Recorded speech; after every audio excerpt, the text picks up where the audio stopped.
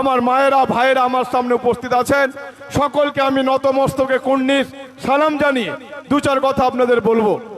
বঙ্গীয় সংখ্যালঘু বুদ্ধিজীবী মঞ্চ আজ চলতে চলতে 13 বছর পার করেছি। আমরা মানুষের জন্য যা কাজ করেছি একটা ইতিহাসের অক্ষরে লেখা হয়ে আছে।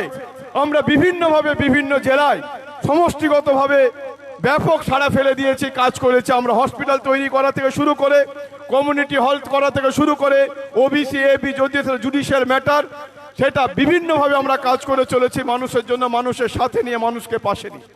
বঙ্গীয় সংখ্যালঘু বুদ্ধিজীবী মঞ্চ নিরলসভাবে অবহেলিত, নিপীড়িত, বঞ্চিত, শোষিত মানুষের জন্য আমরা কাজ করে চলেছি, আগামী দিনেও কাজ করব। আমাদেরকেও আটকাতে পারবে না। আমরা এই নিয়ত থাকে আমাদের মধ্যে, এই খুলুস নিয়তে আমরা কাজ করি। আমরা মানুষের জন্য কাজ করি, দেখি না কোন ধর্ম কোন রাজনীতি, আমরা দেখি মানুষ, যে মানুষ শুভাকাঙ্ক্ষী মানুষ, যাকে আমরা মানুষ বলে জানে, মান আর যার হুঁশ আছে সেই হচ্ছে মানুষ। সেই মানুষের জন্য কাজ করে বঙ্গীয় সংখ্যালঘু বুদ্ধিজীবী মঞ্চ। আমি বারবার বলার চেষ্টা করি, আমরা নিশ্চিতভাবে কোনো অবস্থাতেই হাজার আমাদের ব্ল্যাকমেল করলো, হাজার আমাদের দমানোর চেষ্টা করলো, বঙ্গীয় সংখ্যালঘু বুদ্ধিজীবী মঞ্চের কোনো অবস্থাতে দমানো যাবে না। কারণ এটা মানুষের সংগঠন, আপনাদের সংগঠন, আমাদের সকলের সংগঠন, বাংলার সংগঠন। তাই স্বাভাবিকভাবে আমরা কাজ করে চলেছি। আমাদের অনেক সুবক্তা ছিলেন এখানে, যাদের বক্তব্য দেওয়ার কথা আমার সমস্ত সভাপতিরা বলতে পারেননি। এটাসুল হক সিদ্দিকী সাহেব খুব ভালো বক্তা, উনার বলতে আমি দিতে পারিনি, সময় খুব সংক্ষিপ্ত। তার কারণে আপনারা সকলে বাড়ি ফিরে যেতে হবে। অনেক দূর দূরান্ত থেকে নদিয়া, পলাশী, বহরমপুর, কুচবিহার, আলিপুরদুয়ার, মুর্শিদাবাদ থেকে মানুষজন এসছেন। আপনাদের ফিরে যেতে হবে। তাই আপনাদের কয়েক কথা আমি বলবো। বঙ্গীয় সংখ্যালঘু বুদ্ধিজীবী মঞ্চ নিশ্চিতভাবে, আমি যে কথা আগেও বলেছি, আমরা কোনোভাবে কোনো কিছুর বিনিময়ে আমরা কাজ করি না। আমরা মানুষ যখন বিপদে পড়ে, যে মানুষই হোক না কেন, আমাদের কাছে ছুটে এলে তাদের পাশে আমরা দাঁড়াই, তাদেরকে নিয়ে কাঁধে কাঁধ মিলিয়ে আমরা কাজ করি। তাই আপনাদের যদি কোনো সমস্যা থাকে আপনার এলাকার, আপনার জেলায়, আপনার পাড়ায়, নিশ্চিতভাবে সভাপতিরা আছেন, তাদেরকে জানাবেন, আমরা তৎক্ষণাৎ ব্যবস্থা নিয়ে সেটা করে দেওয়ার চেষ্টা করব। আমরা জানেন এই প্রোগ্রামটাকে বিভিন্নভাবে যখন খবর ছড়িয়ে যায়, পেপারে নিউজ হয়, বিভিন্নভাবে হয়, এই সঙ্গে এই যাতে আমরা সভা করতে না পারি বিভিন্নভাবে চেষ্টা করা হয়েছিল। আমার নেত্রী মমতা বন্দ্যোপাধ্যায় আমাকে বলেছিলেন, ফয়জুল তুমি করো, দেখি তোমার কেউ কেশক স্পর্শ করতে পারি কিনা আমি দেখে নেবো। তুমি সভা করে যাও, তুমি মানুষের জন্য কাজ করছো, মানুষের জন্য কাজ করে যাও, কারোর বাধাকে তুমি উপেক্ষা করে এগিয়ে যাবে। আমি উনার বার্তাটাকে বহন করে চলি। আমি উনার সততাকে সামনে রেখে নিয়ে কাজ করি। সব জায়গায় দাগ দেখতে পাবেন আপনি, সমস্ত জায়গায় কিছু না কিছু রং লেগে আছে, কিন্তু আমি দায়িত্ব নিয়ে বলবো আপনাদের সামনে, বঙ্গীয় সংখ্যালঘু বুদ্ধিজীবী মঞ্চের গায়ে কোনো দাগ লাগেনি, কেউ দাগ লাগাতে পারেনি। আমরা নিরলসভাবে সততার সঙ্গে থেকে মানুষকে নিয়ে কাজ করে চলেছি এবং কাজ করে যাব আগামী দিনে। তাই আপনারা সকলে মিলে আমাদের সাথে থাকুন, আমাদের পাশে থাকুন। এইভাবে আমরা কাজ করব আগামী দিনে। আমাদের বিভিন্ন রূপরেখা আছে, আমরা কিভাবে কাজ করি, বিভিন্ন মনীষীদের জন্মদিন আছে, মৃত্যুদিন আছে, আমরা কাজ করে যাই। আমরা কখনোই কোনো রকম উদ্দেশ্য আমাদের নেই। আমাদের একটাই উদ্দেশ্য, মানুষকে ভালো রাখা, মানুষের জ্বালা যন্ত্রণা দুঃখকে বোঝার জন্য আমরা কাজ করে চলেছি, আগামী দিনে কাজ করে যাব। তাই আপনাদের সকলকে আর একবার আমি আপনাদের প্রণাম, আদাব, ভালোবাসা জানিয়ে বলবো, আপনারা এইভাবে আমাদের পাশে থাকুন। নতুন বিপ্লব বাংলার বুকে অপেক্ষা করে আছে। ইনশাআল্লাহ বঙ্গীয় সংখ্যালঘু বুদ্ধিজীবী মঞ্চ আগামী দিনে বাংলার বুকে নতুন রেনেসাঁস, নতুন নবজাগরণ সৃষ্টি করব। আমরা সেই কাজ নিয়ে, ব্রত নিয়ে আমরা এগিয়ে পড়েছি। আমরা আগে কে আছে, সামনে কে আছে, পিছনে কে আছে দেখি না, আমরা আবার দেখি মানুষের স্বার্থে আমরা কাজ করি, মানুষকে সঙ্গে নিয়ে আমরা কাজ করি, মানুষকে নিয়ে আগামী দিনে কাজ করে যাব। তাই সকালে ভালো থাকবেন। যে কথা আমি বারবার বলি, একাধিক মঞ্চে বলি, আমরা কারুর কাছে কোনো অবস্থাতে মাথা নত করি না। আমরা মাথা নত করি রাব্বুল আলামিনের কাছে, আমরা মাথা নত করি নিজের আব্বা আম্মার কাছে, আর কারুর কাছে মাথা নত করি না, ইনশাল্লাহ ভবিষ্যতে করব না। আমরা মেরুদণ্ড সোজা রেখে কাঁধে কাঁধ মিলিয়ে মানুষের জন্য কাজ করে যাব। কারুর চোখ রাগানিকে আমরা পরোয়া করি না, আমরা বরদাস্ত করি না।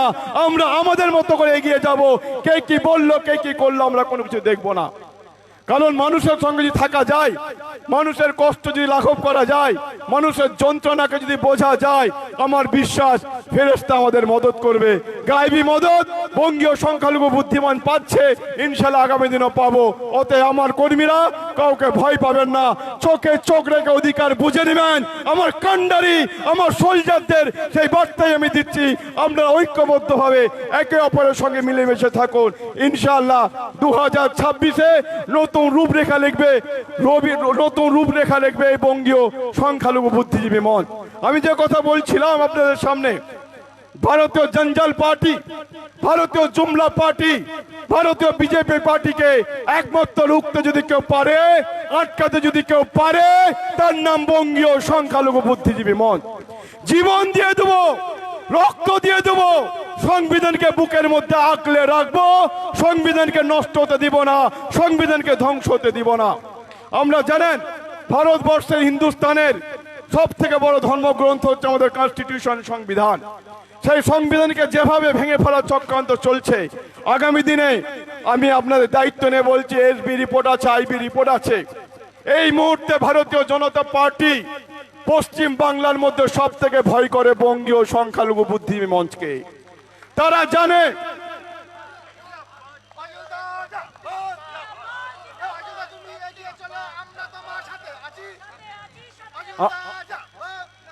আমরা জানি যেভাবে আমরা কাজ করছি, আমাদেরকে ভয় পাওয়া স্বাভাবিক।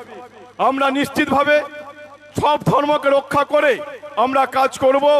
ওয়াকফকে নিয়ে যে অবস্থার মধ্যে দিয়ে যাচ্ছে, যে অবস্থানের মধ্য দিয়ে যাচ্ছে, সবটাই আমাদের সজাগ দৃষ্টি আছে। জেপিসিতে পাশ হয়ে গেলেও মানুষের দরবার বলে একটা জায়গা আছে, সব থেকে বড় আদালত, মানুষের আদালত, জনগণের আদালত। সেই আদালতকে, সবাইকে সে আদালতের রায়কে মেনে নিতে হবে। মানুষ বলছে, জনগণ বলছে, বঙ্গীয় সংখ্যালঘু বুদ্ধিমান বলছে, বিজেপি নিপাত যাক, বিজেপি তুই দূর হাঁটো, বিজেপি তুমি দূর হাঁটো, বিজেপি তুই দূর হাঁটো। তাই আমরা সকলকে সঙ্গে নিয়ে আমাদের উত্তর চব্বিশ জেলার সভাপতি আরেফুল ইসলাম শান্ত অক্লান্ত পরিশ্রম করেছে। সকল জেলা সভাপতিদের তাদের এই বলিদান, আজকের সভা সাকসেস করার জন্য প্রত্যেক জেলা সভাপতি থেকে রাজ্য কমিটিকে আমি আর একবার ধন্যবাদ, কৃতজ্ঞতা জানাবো। আপনাদের সহযোগিতা ছাড়া এত বড় প্রোগ্রাম করা সম্ভব ছিল না। নিশ্চিতভাবে ধৈর্য ধরুন, কিছুদিনের মধ্যে আমরা বড় মেগা সভা করে দেখিয়ে দেব বঙ্গীয় সংখ্যালঘু বুদ্ধিজীবী মঞ্চ বাংলাকে তথা দিল্লিকে স্তব্ধ করে দিবে। দরকার হলেও দিল্লিতে গিয়ে আমরা আন্দোলন করব। ওই নরেন্দ্র মোদী নরখাদককে, অমিত শাহকে ভারতবর্ষের মানচিত্র থেকে যে কেউ ছুঁড়ে ফেলতে পারে, তার নাম হচ্ছে বঙ্গীয় সংখ্যালঘু বুদ্ধিজীবী মঞ্চ। আমরা সেই কাজটাই করব। আমি সকলকে বলবো, নতমস্তকে হুজুর সাহেব থেকে শুরু করে সবাই আমাদের পাশে থাকুন। এইভাবে আমরা এগিয়ে যাব। মিজানুর ভাই, জুলকের ভাই, আপনারা প্রচুর সাপোর্ট দিয়েছেন, শ্যামত ভাই এসছেন, সকলকে আমি অভিনন্দন, ধন্যবাদ। আমাদের সিরাজ ভাই, আমাদের শরীফুল ভাই, মিঠাপুরি যে সভাপতি মুস্তাফিজুর, আমাদের অরূপ বাবু, সকলকে আমি প্রণাম সালাম জানিয়ে আজকের মতো সভা এখানে শেষ করছি। সকলে ভালো থাকবেন। প্রত্যেক জেলা সভাপতিগুলো আপনারা সাবধানে, প্রত্যেককে যেভাবে নিয়ে এসেছেন, রাকেশ ভাই আপনি অনেক মানুষ নিয়ে এসেছেন, সকলে মিলে আমরা সেইভাবে আমরা এগিয়ে যাব। সকলে ভালো থাকবেন। বলুন জয় বাংলা, জয় বাংলা, জয় বাংলা, জয় হিন্দ, জয় হিন্দ, জয় হিন্দ। বঙ্গীয় সংখ্যালঘু বুদ্ধিজীবী মঞ্চ, বঙ্গীয় সংখ্যালঘু বুদ্ধিজীবী মঞ্চ, বঙ্গীয় সংখ্যালঘু বুদ্ধিজীবী মঞ্চ। সকলে ভালো থাকবেন। আমাদের আজকের সভা এখানেই সমাপ্তি ঘোষণা করেছে আমাদের সভাপতি। আপনারা যে যেখান থেকে